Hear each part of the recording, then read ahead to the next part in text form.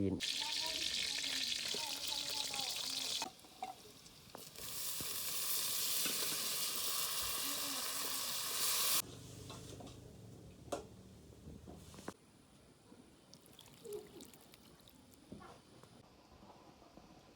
นกต้นโพเจือดแม่กินให้มันอิ่มแซ่บเดี๋ยวจะเต็มหมดเด้อ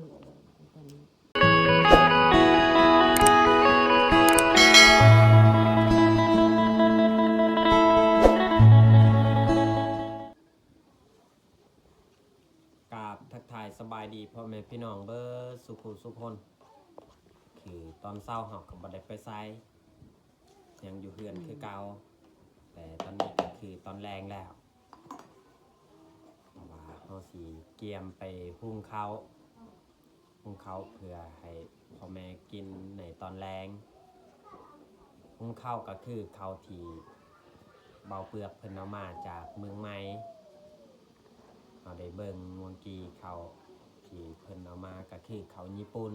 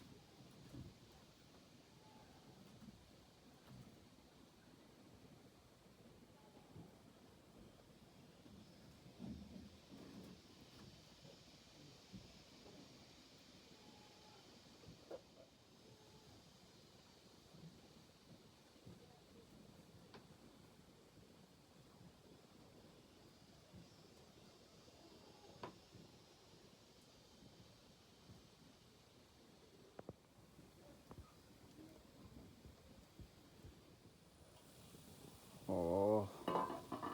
น้ำเดือดแล้วไม่แต่เฮาสิใส่ข้าวเลย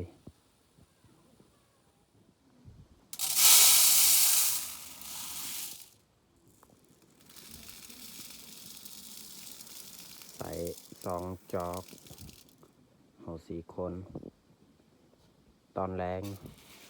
นี่เม็ดข้าวที่เบาเปลือกเพิ่นเอามาจากเมืองกะลึมที่เขาเจ้าแบ่งให้เฮาทดลองกินเนาะพ่อแม่พี่น้องว่ามันสิแซ่บซำใดหรือว่าสิหอมซำใดนี่เม็ดข้าวสั้นๆเม็ดข้าวเจ้านี่แหละนี่แหละพ่อแม่พี่น้องข้าวที่จากประเทศญี่ปุ่นหรือว่าเห็นในป้ายในกระสอบมีถุงญี่ปุ่นนี่เม็ดข้าวสั้นๆสีขาวสีทดลองกินหรือว่าปรุงข้าวเจ้าตอนแรง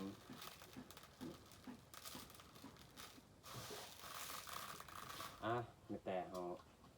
ปรุงใส่เลยเพราะว่าน้ำกระเดือดเรียบร้อยเอาสีใส่เลยเขาโอ้น้ำเดือดเรียบร้อย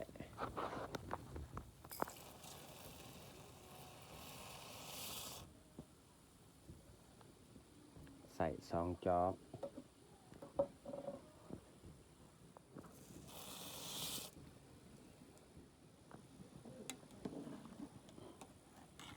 โอ้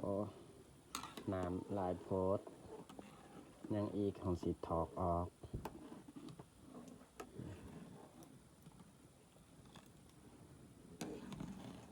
มันเป็นก่อน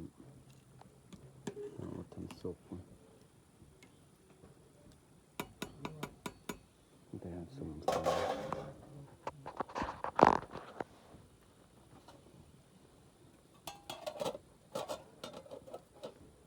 อัดไปก่อน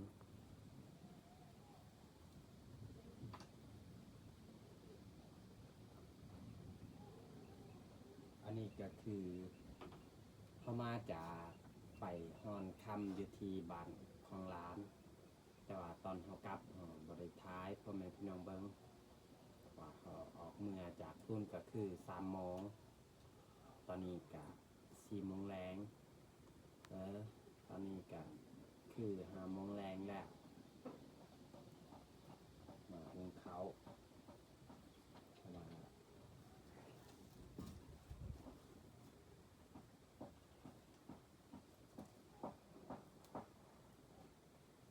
เพราะว่าพ่อแม่กินแล้วยังเหลือแต่ของ2 คนกับเมียเพราะว่าพวกเพิ่นกินเมื่อกี้เขาบ่ได้หุงเพื่อเพราะว่าเขาบ่ฮู้ว่าเฮาสิมา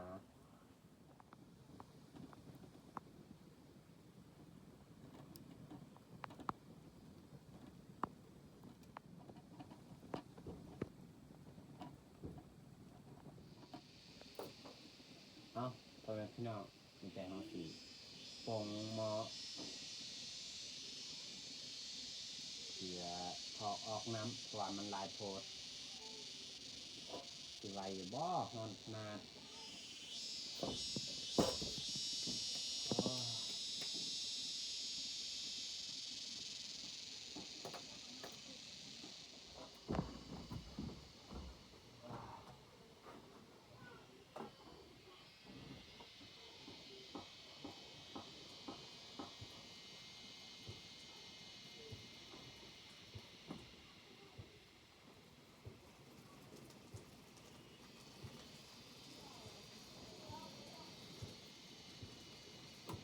Berantwoord. Las daak do koling. Velas. Dia mất ép chồng sực thang.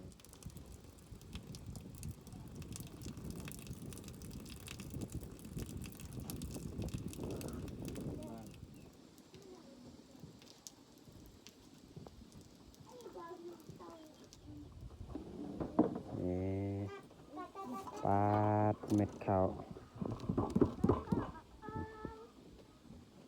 วันนี้แหละพ่อแม่พี่น้องเม็ดใหญ่ๆเด้มีแต่ห่อคิงให้มันแห้งหรือว่าให้น้ำมันแห้ง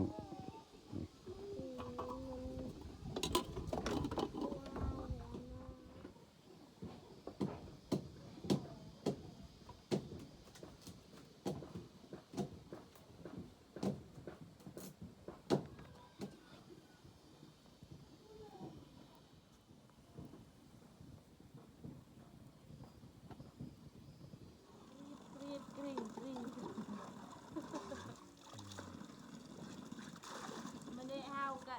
ตาเบาปอกเนาะพี่น้องมาล้างมักชัวกับ สนุกเลย โอเค ใส่ล้างกับมะขัว มักคือดินลูก เงากับมีมะเขือ จะมาเห็ดข้าวเปียก มีหน่อไม้ดอง คือดาว มีของเขาให้เอาให้ดองก่อนยาหน่อไม้ยังหน่อเดียว คือโมตุกหลอก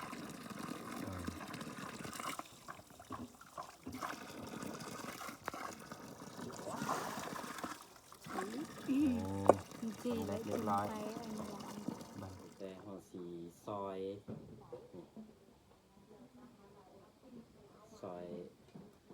มะเขือเดี๋ยวซอยไว้เครื่องหอมนี่แหละเพื่อเอาคั่วเนาะพี่น้อง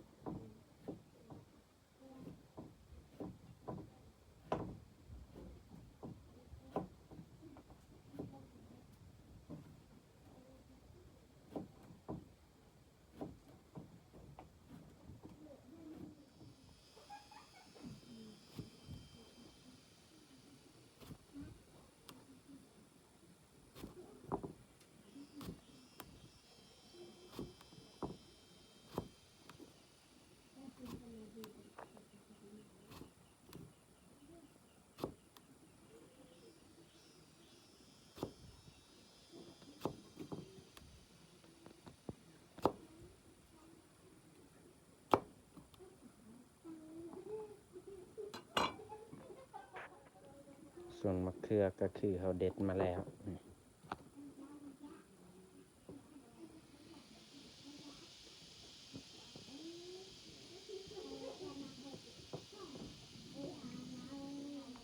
นี่แหละจะมีนี่แหละ จะมีหน่อไม้ดองที่ของเขาให้กำหนึ่งแล้วก็มีมักถั่วยาวนี่แหละจากสวนของเราเพราะว่ามันเกิดบ่หลาย แต่เราสิคั่วกับซีนที่เราย่าง3 เซนเนาะซีนที่เราย่างไว้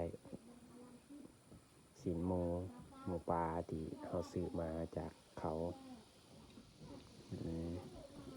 ใส่มะเขือ Rasa kering belang.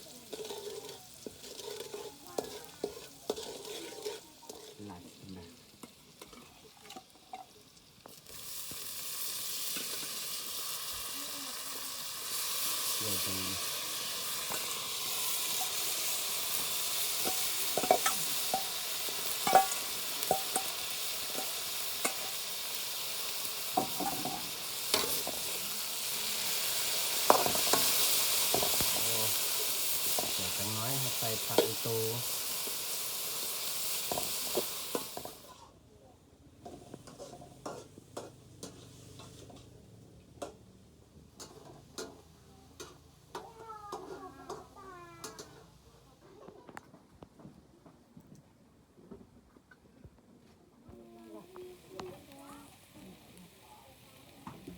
ใส่ซีนลงไปหน่อยนึงซีนของเราตอนเราเติมน้ำเราบ่ได้ท้ายเพราะมันพี่น้องนี่ท้ายก็คือใส่ผักอีตูถ้าว่าเราสิคั่วกระยานว่ากินบ่พอเพราะมันพี่น้องใส่ผักอีตูกับหอมบัวแต่ปิดหม้อกับสีเกียมปงเลยใส่ผงชูรสพ่อแม่พี่น้องเพราะว่าบางทีเขายังหมดทันใส่โอ้บ่ปอกใส่น้ำลายโพดนี่แบบนี้บ่แม่นคั่วแล้วต้มโทษทีพ่อแม่พี่น้องใส่ลายโพดน้ำโอ้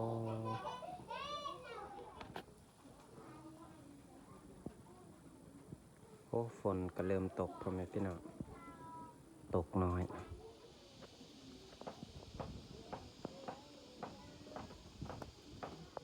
โอเคพ่อแม่พี่น้องของกินของเราก็คือสิสุกอยู่เราสิเริ่มปรุงเลย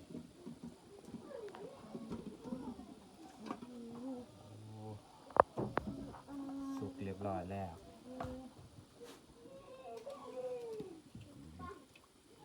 อยากส้มเพราะว่าน้ำไม้ดองส้มแน่เราตัก2 ถ้วยเพราะว่าพอบกินน้ำกัน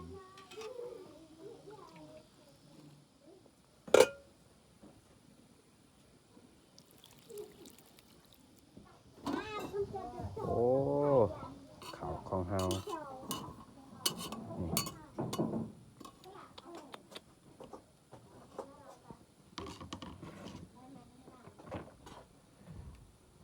เขาอันนี้นี่บ่ติดบ่คือเหมือนเขาเฮาคือกันเขาที่เฮาปลูกกับบ่ติด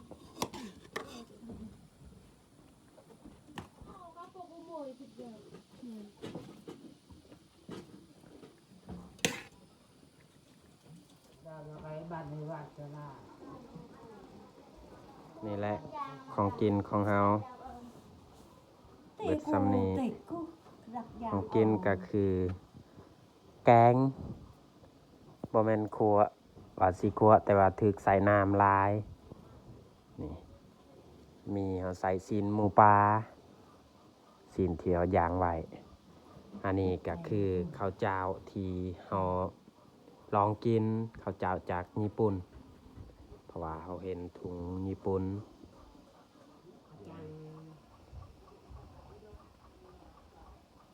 มาพ่อแม่พี่น้องมากินน้ำกันนี่ข้าวเจ้าที่จากเมืองกะลืมนะลงมือแม่กินในลาย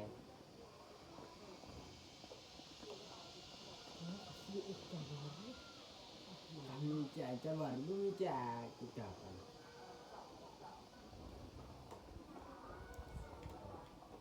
ข้าวเจ้ามันก็เริ่ม ข้าวเจ้านี่ ข้าวเจ้ามันก็เริ่ม มันบ่ติดกัน ข้าวเจ้าต้องการช่วยเราพวกเราทำเรา เป็นไหมเอาลาย ทำเรา ข้างหน้าคนหนึ่ง น้ำก็ ทำเราคนหนึ่ง ก็รอนกต้นโคเจือดหนึ่ง ตามแปด แซ่บๆนะเว้ย แล้วได้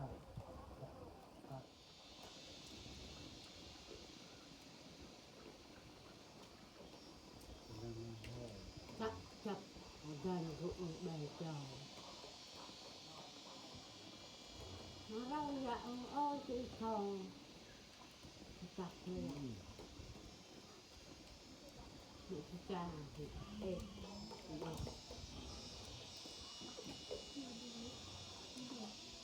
กับโอ้ยอุตส่าห์โกะแล้วไง ไม่อยากได้ที่เราไม่เติมความรักสุภาพ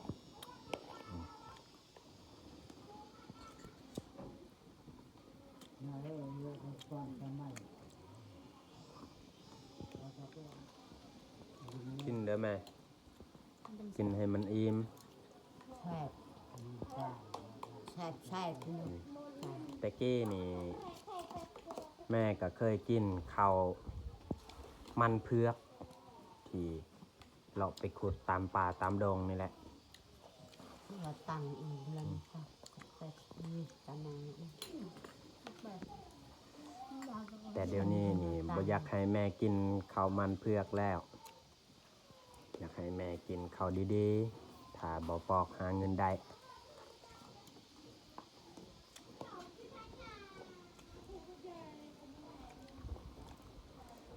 แต่กี้นี่ลำบากสุด แม่อุ้มพวกเฮาเพราะว่าพวกเฮาหลายคน ดอกเงินใช่ แม่ว่าแต่กี้นี่ ยาร่ง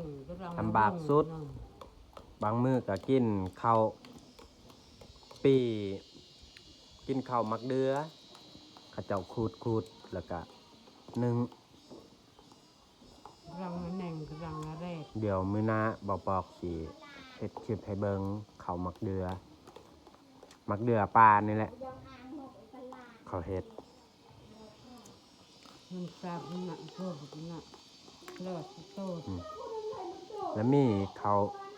จักเขาเอิ้นมันเผือกหรือว่ามันด่างก็มีโตเขาเจ้าเราขุดตามป่า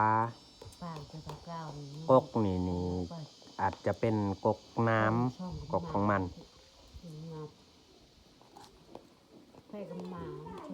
งับ เอาทุกตะกี้นี่แม่ว่า 7-8 ปีแบบบ่ได้กินข้าวมัน ทุกขนาด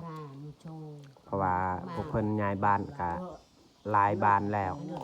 ย้ายมานี้ เรื่องก็ จนฮอดปัจจุบันมาอยู่นี้ รถตัวนี้จักลงก็ ช่องงูปีเจ้า ตักหลายๆเลยแม่กินให้มันอิ่ม จีรอบจักติตะกะกระรับตะกะนี่เต็มทั้งไงจ่าตีเดี๋ยวเต็มหมดเดือเต็มเต็มนกเต็มเนี่ยเยอะกว่าที่เขามาอีจ่าเต็มจัดแต่อันนั้นค่ะจำบ้างที่จำแง่จำ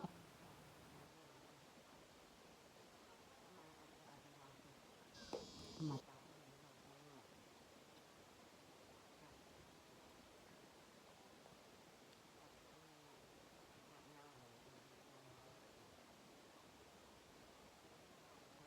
แง่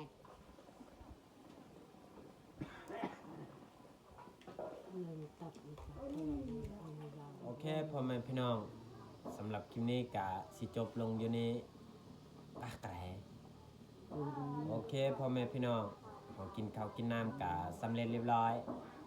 สำหรับคลิปนี้กะสิจบลงอยู่นี้อย่าลืมฝากกดไลค์กดแชร์กดติดตามเพื่อเป็นกำลังใจให้บอกปอกเฮ็ดคลิปต่อไป หรือว่าอยากให้ครอบครัวทางบอกปอกมีการรายได้เนาะพ่อแม่พี่น้องและการอยากขอขอบใจทางประเทศญี่ปุ่นที่ช่วยให้เข้าทางบ้านพวกเฮาหรือว่าแก่ครอบครัวพวกเฮาขอขอบใจ